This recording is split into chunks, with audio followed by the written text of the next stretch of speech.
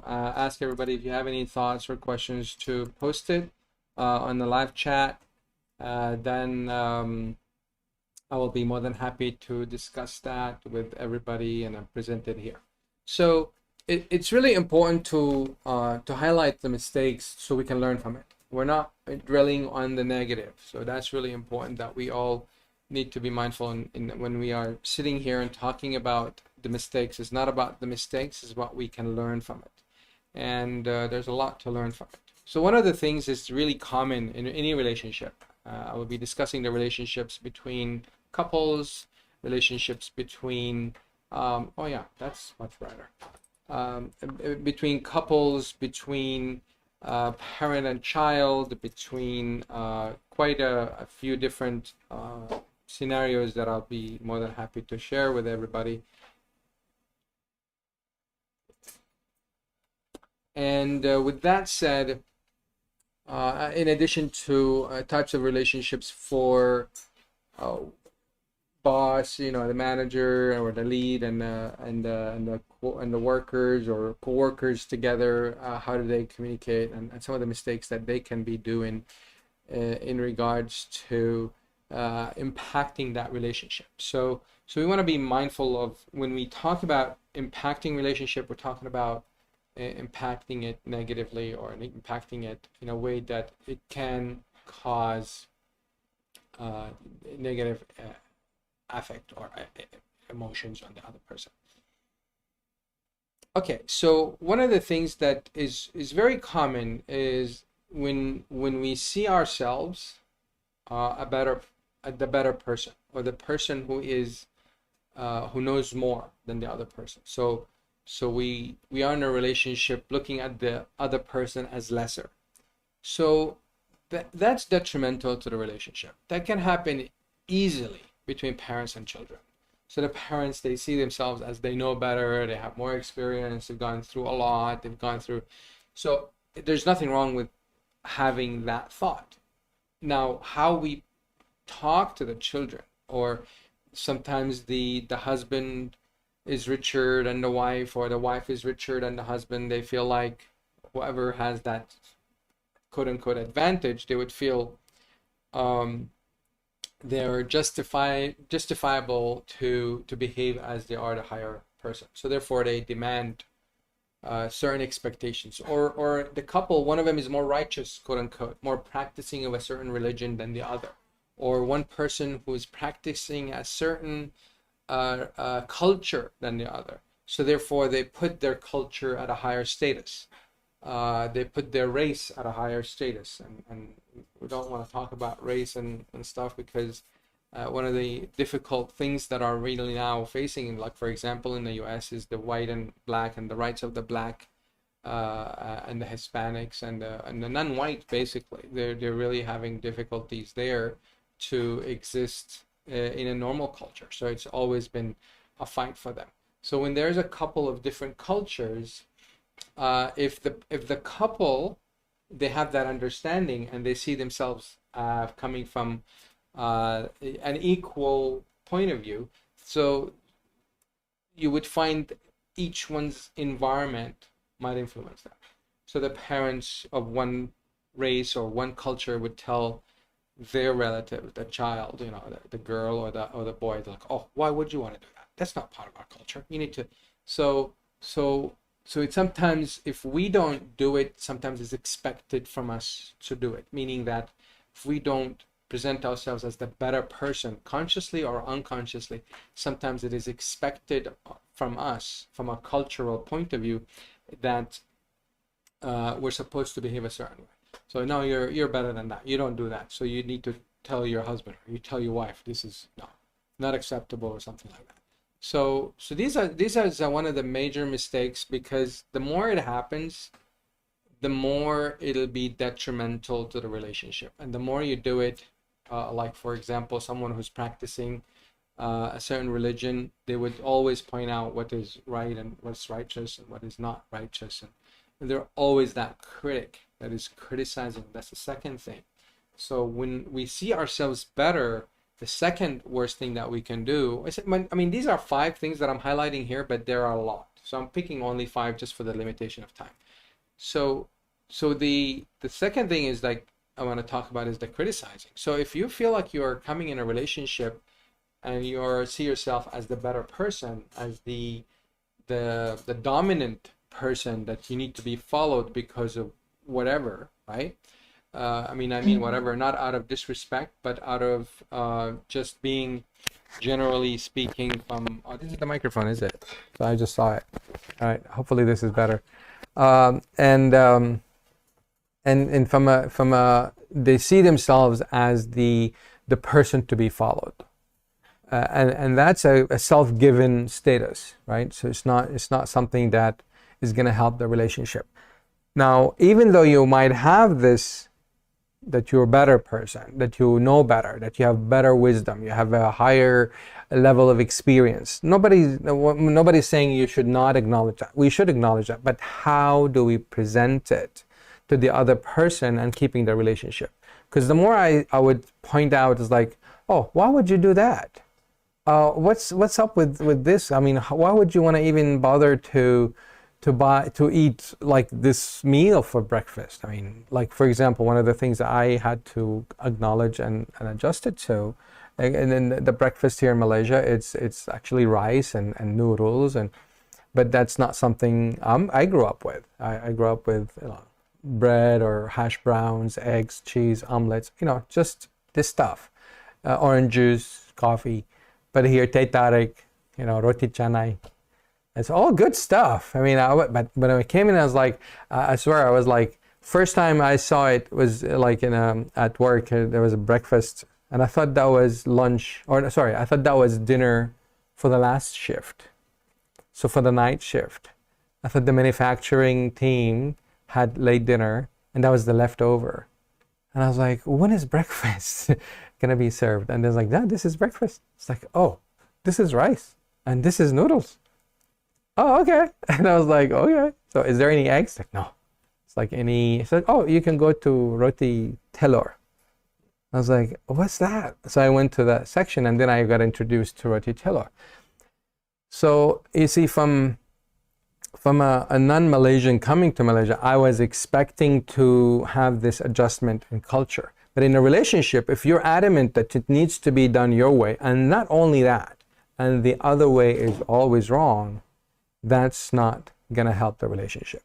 So that's one of the main mistakes that couples or parents do, or even people at work. They expect you to adapt to the work culture, even though you started like a month ago, right? So it's really important to adapt to the culture, but you don't need to criticize, because you can always learn from the new person that is coming in and see what things that they can learn from it. Again, it depends on the culture of the company.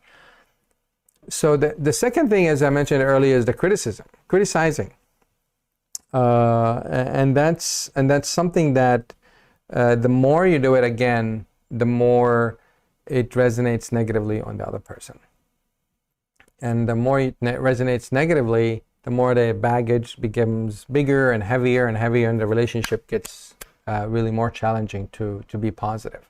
So for that reason, it's really important to not criticize, but to take every difference, every opportunity that there is a difference between you and the other person as an opportunity to learn. And that's what it takes, really, to be mindful of what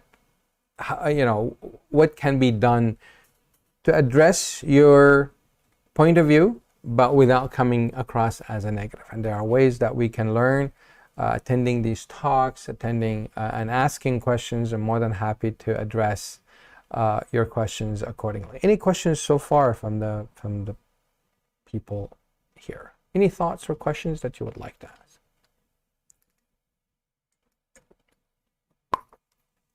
You look like you have a question, no? I'm not reading it right. Okay. All right. So criticizing is very likely to be similar to what's an example of criticizing in a relationship that you've seen someone do it in front of you, or You're always late. you're always late, right? You're always loud.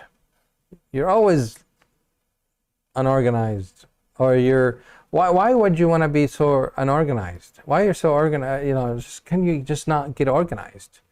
Why do you know, what else? What else is criticism? Is that you're always criticizing. That's criticize. So even though you're getting criticized, but also criticizing back, you also need to be mindful of how does that work. It doesn't even have to be always. Criticize is like, why would you write that? No, don't write that. Write it this way. Why do you even bother to say these things to them? And then don't say that. Say this.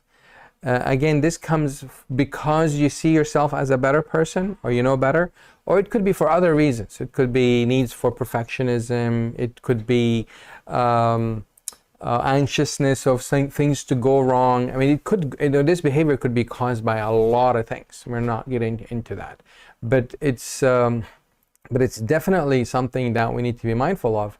That the more we criticize, these are not the right thing to do. So these are some mistakes that we would need to learn from, and not to criticize, but really state what is it that you need, what is it that you feel like is important, without criticizing the other person. Like the parents would criticize the children. You're lazy. Why are you so lazy? I hear that a lot. And the little that they know, the amount of energy that children really put thinking about so many exciting things for them, and they actually want to do it. But when you tell them, how come you're so lazy? That's labeling them. So the more we criticize, believe it or not, it actually labels them. They would say, okay, I guess I am lazy. Oh, I guess I am unorganized. Oh, I guess I am late. I'm always challenged with time. So they live their lives meeting that expectation. So it becomes a belief. So that's why we need to focus on the positive. Why you're always not pray on time? I hear that a lot from the Muslim children. Why you're always so not dressed modestly? Or why this? Why that? Why you always miss the prayer? Why do you not pray on time? It's like, whoa. I mean, it's one thing to help them to be a good person, a good Muslim, a good Christian, a good practicing person, but it's another thing to criticize them. These are two different things, folks. These are two different things. So if you want to help them, the mistake is when you criticize them. And again, that kind of criticism is because they want the best for the children, right? Even the siblings, they do the same thing. So that's one thing that we would like to be mindful of, that we need to not do.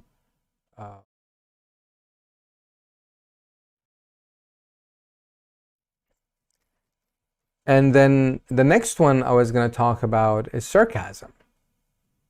Sarcasm can be triggered by someone who wants to express anger, or sometimes it actually a way to express joking. I'm like joking. So sarcasm can be can be intended as a joke. So regardless, the more you're sarcastic, the more harm you are causing to the other person. If somebody, for example, looked nice for an occasion, a sarcastic thing to do, or a sarcastic thing to say would be something like, "Oh wow, I didn't know you'd look that good. I thought you looked really, but now look at you." That's a sarcastic thing to say. Another sarcastic thing is, "Oh, you're so smart, huh?" And it's like, you hear that a lot. You're trying to be a solution person, so you have a lot of solutions.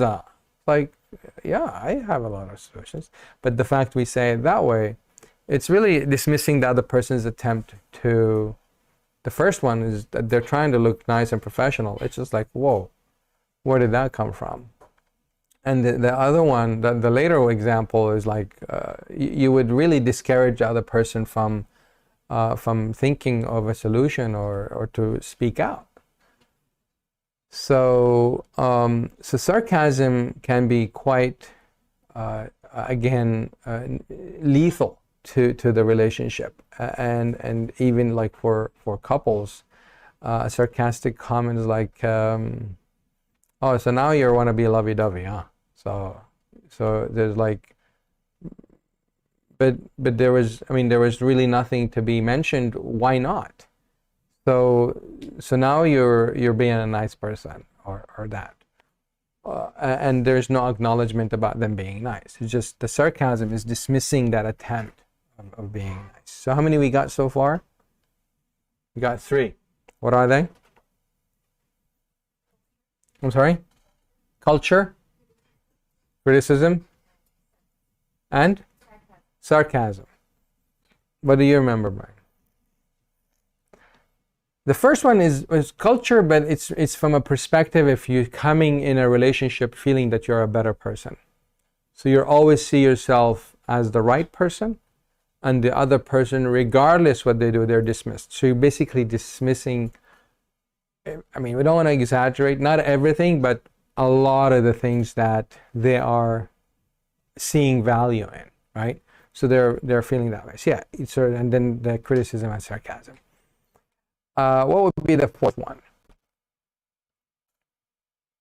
The fourth one I had for you guys is to share with you is actually relating to the first one, which is taking your partner or your child or your parent or your boss or your colleague or your worker or your employee for granted. Taking that relationship for granted is the biggest mistake, or one of the biggest mistakes. All these 5 things that I'm sharing today, there are 5 of so many biggest mistakes that can do or can be done in a relationship. Taking things for granted.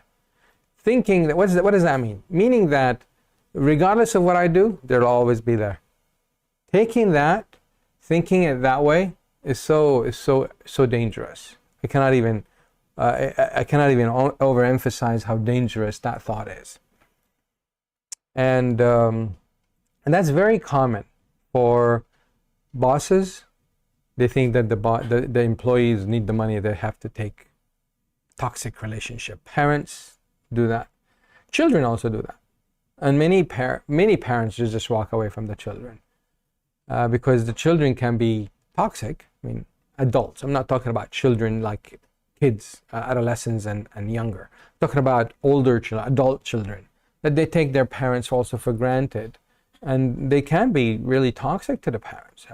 And same thing for couples. They can take it for granted, but that toxicity, that negativity, it's not going to help the other person to fight because they might sell it quick.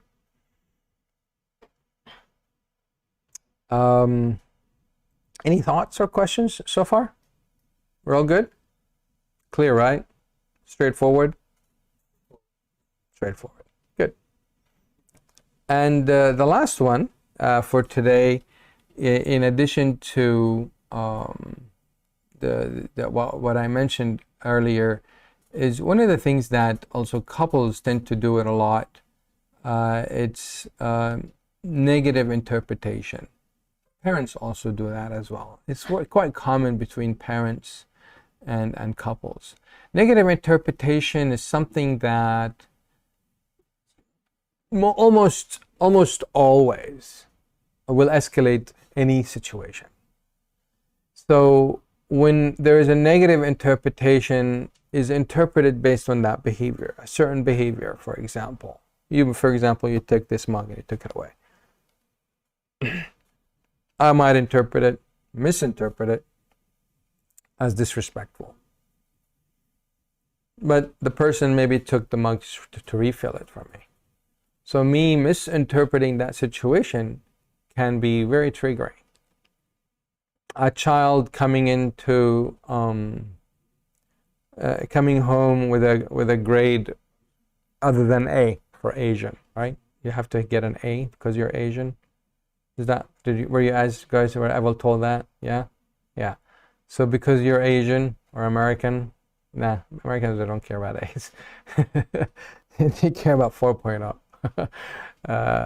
So if you didn't get that A, then they interpret that as you're lazy. So they start criticizing. So all of these are connected, but they're actually also separate, because sometimes one thing can happen just because of that incident, regardless of the criticism. Could be negative interpretation, and therefore they criticize, or it could be they're criticizing for no reason. So that's why I wanted to mention it separately, because they're connected in many cases, but they can also be, individual behavior that is related to the specific event, regardless of, not connected to the other behaviors. So, can you check the camera, please? Can you check the camera? Yeah, thanks. So it's really important to be mindful of these behaviors, or that actually there are mistakes. If you ever done that, I want you to reflect on it. Think about some of the things that you did that can relate to these mistakes that I mentioned here. And it would be wonderful to hear from you if you feel like other mistakes that people have done, that that was done to you, that you saw it was done to other people in front of you. I would love to hear more about it, and you can put it in the comments below. Until we meet again, I really hope that everybody have healthy and happy relationships. And until the next talk, thank you for going ahead of me. Until the next talk, stay happy.